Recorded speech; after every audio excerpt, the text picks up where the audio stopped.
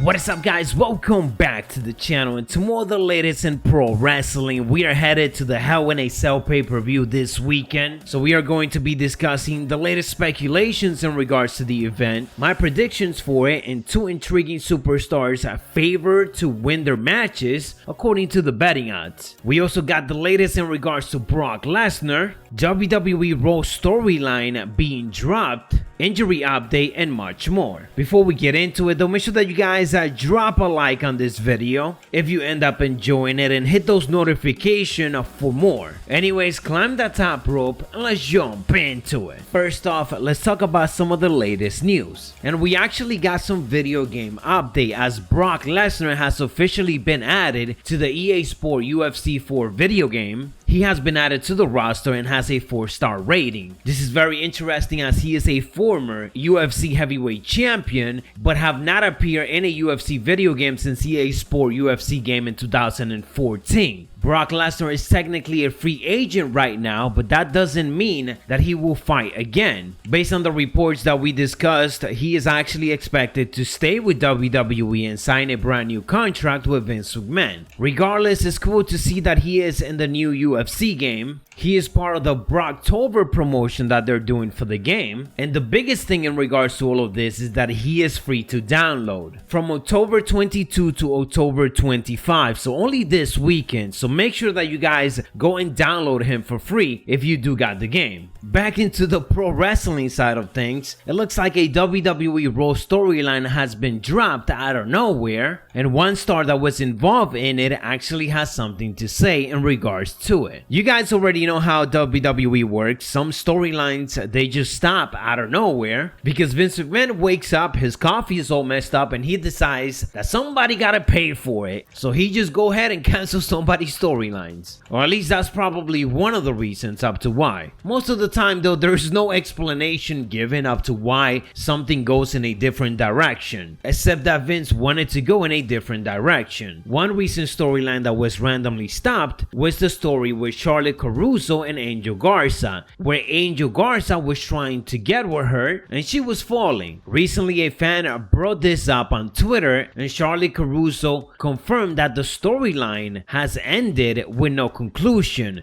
The fan asked, "I know WWE just randomly stopped storylines, but what happened to the Angel Garza and Charlotte Caruso storyline just disappeared one day?" Charlotte Caruso has something to say about it and she replied with the following: "It also randomly stopped. If you guys remember, Angel Garza was also trying to get with Demi Burnett, but she hasn't been seen on Raw since early September after she was confronted by several Retribution members in a backstage segment." Wrestling News.co ended up indicating that there were plans for Demi to stick around longer, as WWE was going to have some type of storyline similar to The Bachelor where finally she picks who she wants to be with. But that seems to be a storyline that has also been dropped. Poor Charlie Caruso, as technically this was going to be her first major storyline, and even though she wasn't an active competitor, at one point it was making me want to see a match between Zelina Vega and Charlie when Zelina was managing Angel Garza. Quick update in regards to Rey Mysterio. He has been out of action after suffering a torn tricep during his match at Payback. He also told fans that he's 99% ready to return during Talking Smack recent episode. That returns to the ring could come anytime now, and according to the Wrestling Observer newsletter, Rey Mysterio return should happen imminently. It wasn't specifically noted when he will return to get back in action, but he has been healing for over a month and a half now. I wouldn't be surprised if within the next 2 weeks we get to see him compete on SmackDown and have his first match there after being drafted to it. Moving into some other news, as of right now, WWE has only confirmed 4 matches for the Hell in a Cell event, in which I will give you guys my prediction for it in a bit. However, it seems like a 5th match is being teased right now, as it is being speculated that a match on the card could see Bray Wyatt take on Retribution member T-Bar after what went down on this past week of Monday Night Raw. Bray Wyatt ended up teasing this match via social media. T-Bar took to Twitter after the show on Monday, indicating that there will be hell to pay today. At Bray Wyatt, we will have our retribution. Bray Wyatt went on to reply to this tweet indicating the following: